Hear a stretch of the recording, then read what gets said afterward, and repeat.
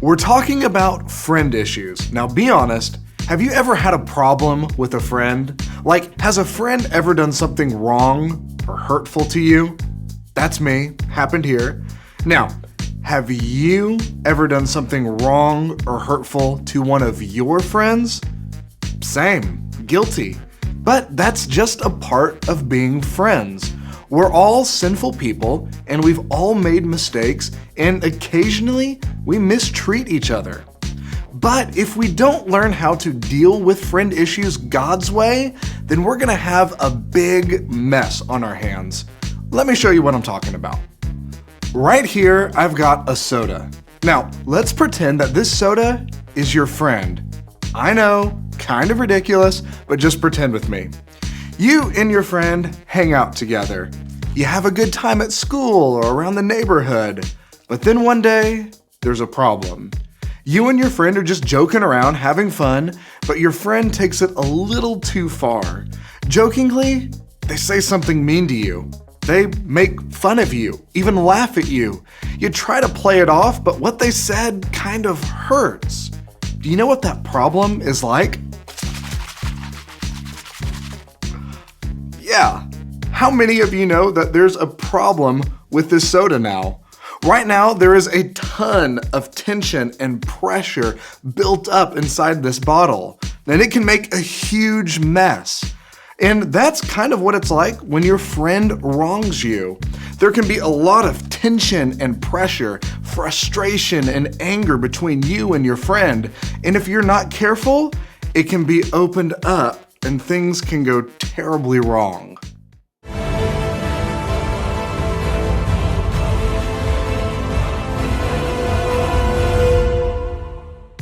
That soda, that friendship can blow up, leading to you becoming more upset. It can lead to name-calling, gossiping, making fun of each other, or even fighting. And that's a big mess.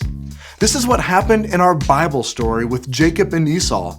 Jacob wronged Esau. He tricked his brother, which wasn't very cool. And then Esau comes after Jacob. Yeah, they made a big mess of things. They missed out on a lot of awesome brother time that they could have enjoyed together.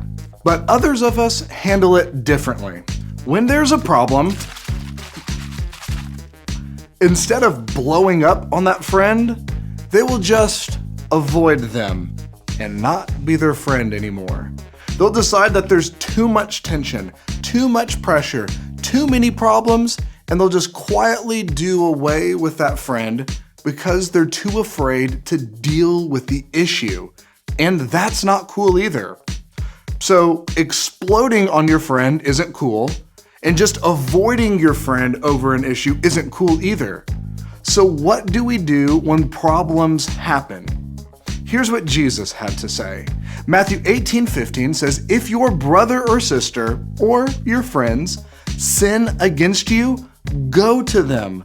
Tell them what they did wrong. Keep it between the two of you, and if they listen to you, you will have won them back." The Jesus way of dealing with problems is to calmly go to that friend and tell them what's bothering you.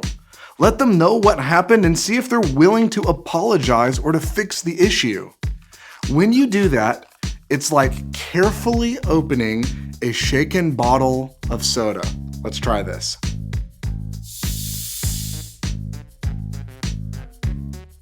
Yeah, there we go.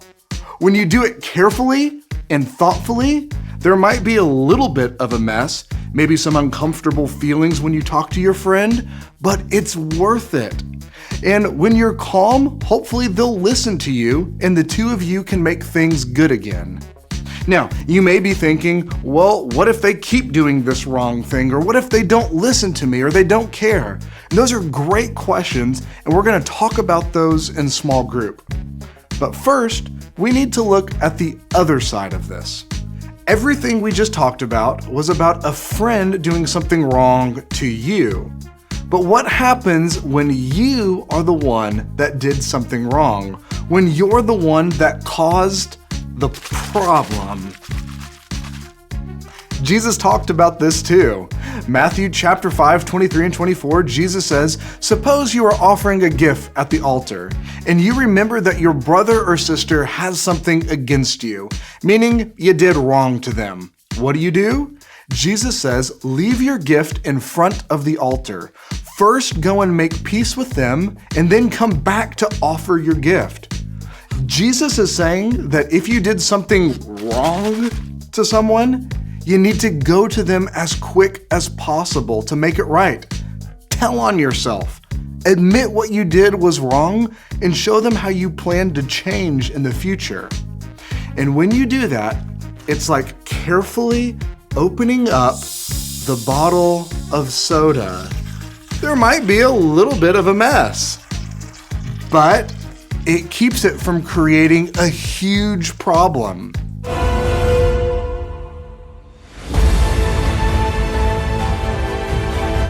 Wouldn't it have been so much better for Jacob if he would have done this with his brother Esau?